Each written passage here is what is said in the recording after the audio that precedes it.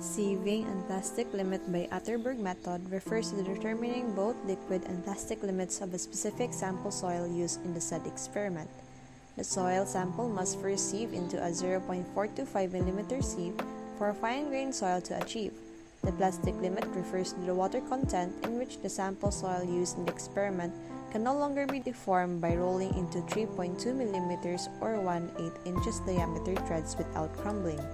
In this experiment to be conducted by our group, we will only focus on the sieve and plastic limit by the Atterberg method. The objectives are the following: to determine the plastic limit and liquid limit of fine-grained soil. The materials and apparatus needed are the following: soil sample, distilled water in a wash bottle, moisture cans, glass plate, spatula, digital scale or balance, and drying oven. The method used is the reference standard of ASTM D4318. Now let's proceed to the experiment procedures. The remaining anti-moisture cans should be weighed together with their lids, and the weights and can numbers should be recorded on the data sheet.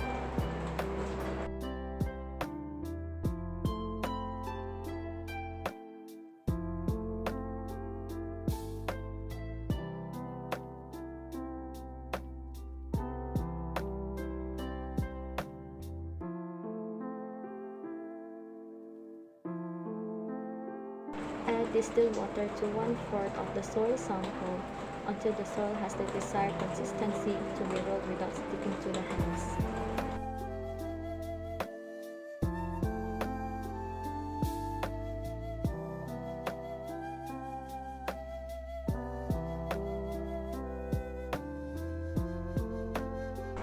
Form the soil into an ellipsoidal mass. Roll the mass between the palm or the fingers and the glass plate. Use around 90 strokes per minute with enough pressure to roll the mass into a thread with a consistent diameter. The thread must be distorted so that its diameter reaches 3.2 mm or 1/8 inch in no more than 2 minutes. A stroke is one complete movement of the hand forward and back to the starting position. Divide the thread into the multiple pieces once the diameter reaches its desired diameter.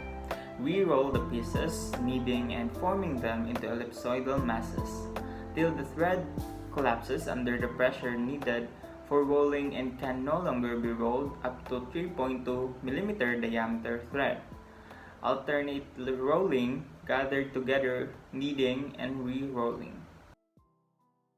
Put the soil into the moist container, cover it, and gather the pieces of the thread that have fallen apart together.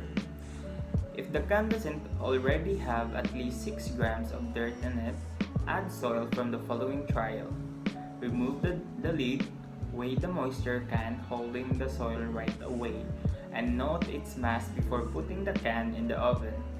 At least 16 hours should be passed while the moisture can is in the oven.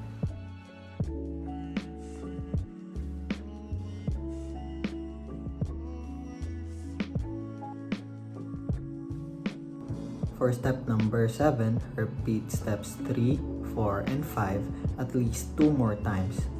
Then, determine the water content from each trial. Remember to use the same digital scale or balance for all the weighing.